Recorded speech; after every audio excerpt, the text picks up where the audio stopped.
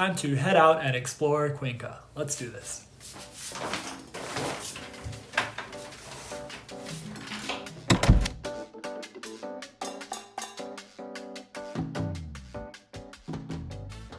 Today we should be exploring the historical city center of Cuenca. It is a UNESCO World Heritage Site with its narrow cobblestone streets and amazing plazas and parks. And that is one of the things I love the most about Cuenca. It's colonial architecture. You can see some of it here in the back. It really gives you that old-timey vibe. Today, throughout the video, we're going to be seeing a lot of Cuenca, but I thought we should start here. This is ground zero of Cuenca. You can see the Cuenca sign right there. So I thought this would be the perfect place to start. And I am pretty hungry, but luckily I was here in Cuenca last year, so I know a good place to get a cheap ceviche. Let's go to Mercado 10 de Agosto. It is a bit of a gloomy day here in Cuenca. Unfortunately, my Airbnb host was telling me that I brought the rain to town, so sorry about that.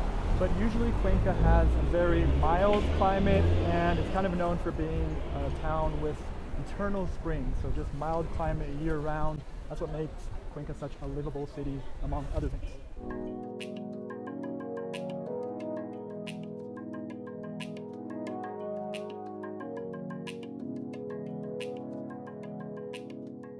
So here we are at Mercado 10 de Agosto. I really like coming here for lunch. There's a lot of affordable options.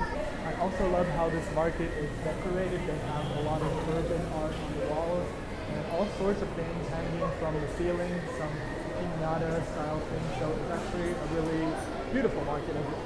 So now I'm going to go upstairs on the hunt for some ceviche. Let's see what I can find.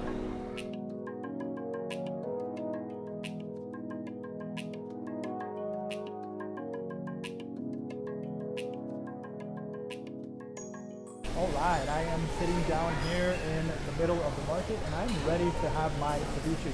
Very ready. I'm extremely hungry. And I'm here at Cevicheria El Manaba, and I just spoke to the lady and she said I can film her preparing the ceviche. So I'm just waiting for her to go buy some of the ingredients which she gets here in the market, and she'll be back in a few minutes. Primero limpiamos. Sí, le vamos a...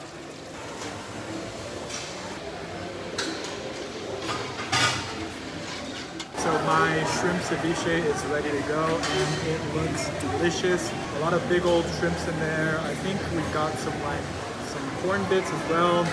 Very oniony and perfectly seasoned. Let's give it a shot.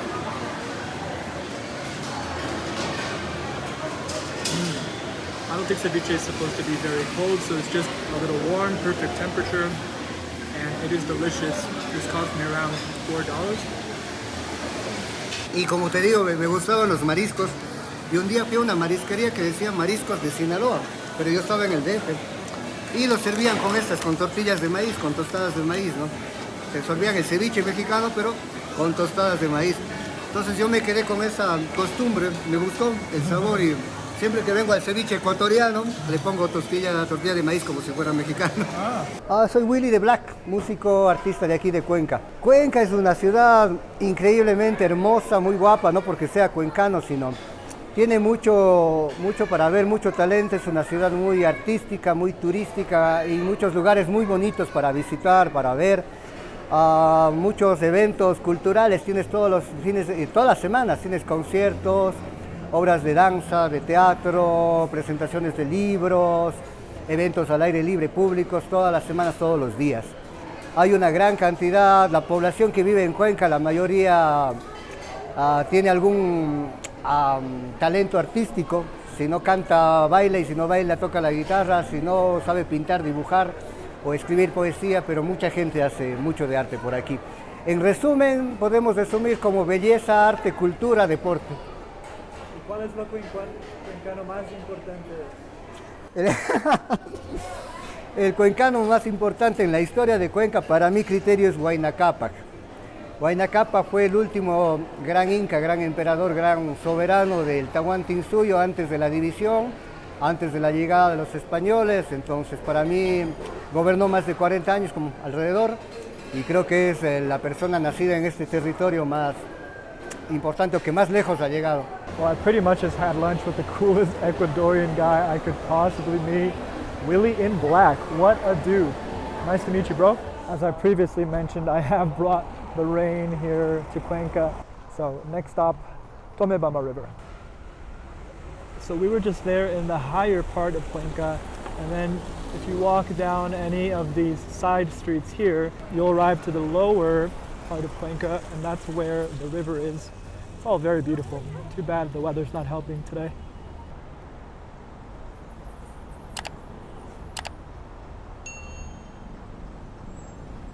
As you can see, the river is just behind me, and it runs through Cuenca, and then it meets up with some other rivers, I think, and ends up in the Amazon. We've got this nice walkway here, and even though the weather isn't helping today, I can't help but love Cuenca every day of the week. And it really is a peaceful spot where you can come to read a book, have a sandwich, have a smoke, do some meditating. Maybe not all of those, or not in that order, but one of them. There's a bit of heavy traffic here in Cuenca today, but we are coming up on our next stop, which is the Pumapungo Museum, which is that second building in the back over there. So what I will say about this museum is that I've come here before, and I think it's a worthy stop on your trip to Cuenca. It's such a nice spot to relax in if you have some time to go check out the archaeological site, and they have a lot of ponds in there, and it's just really peaceful. So we're not going to be seeing so much of the museum bits because I often find those parts of YouTube videos quite boring. It's never the same as actually being there. I do recommend you check out the museum, but you won't be seeing a lot of it in this video today. So let's enter the museum. It is free, and I'll show you the back where the magic happens.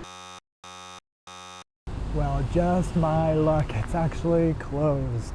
Either way, we're going to come back tomorrow and check it out. I will see you on Tuesday.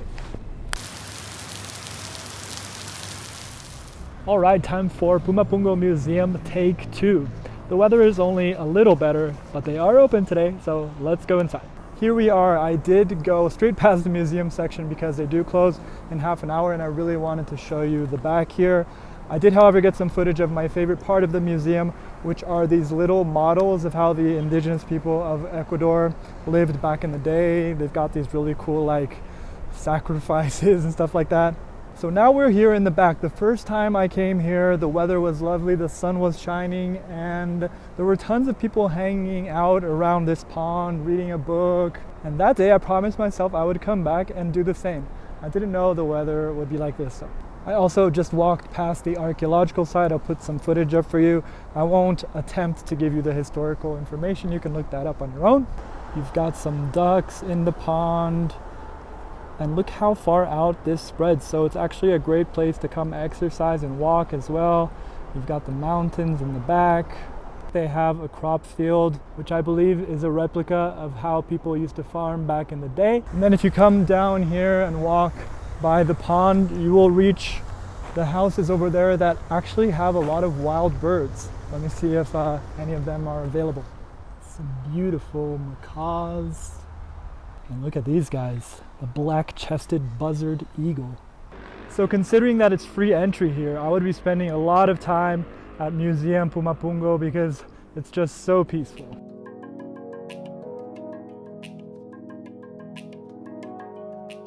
There it is, our next stop is that little window right there.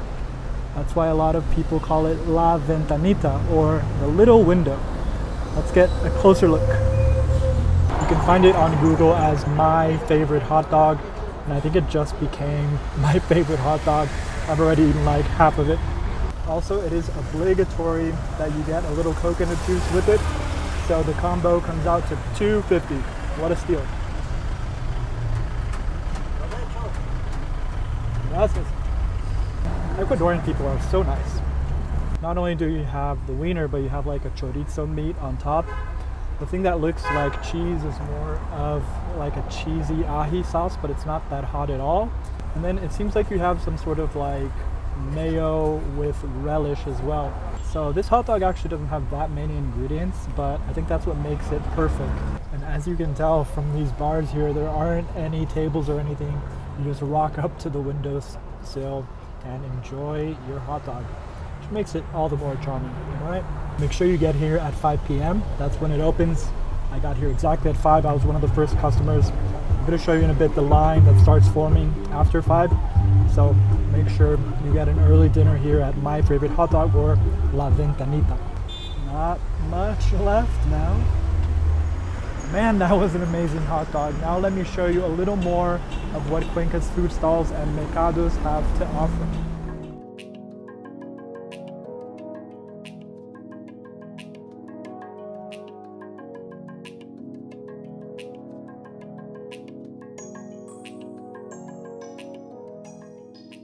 Another way to get the best out of the food stalls here in Cuenca is stopping at Mercado Nueve de Octubre. That's where I am right now. It's still raining, so I came in and had local mocha, like half coffee and half hot chocolate. And the local hot chocolate is absolutely delicious. Nothing better on a rainy day, of course. And then I went to the fruits and veggie stalls and I got like kilos of stuff for $4.50.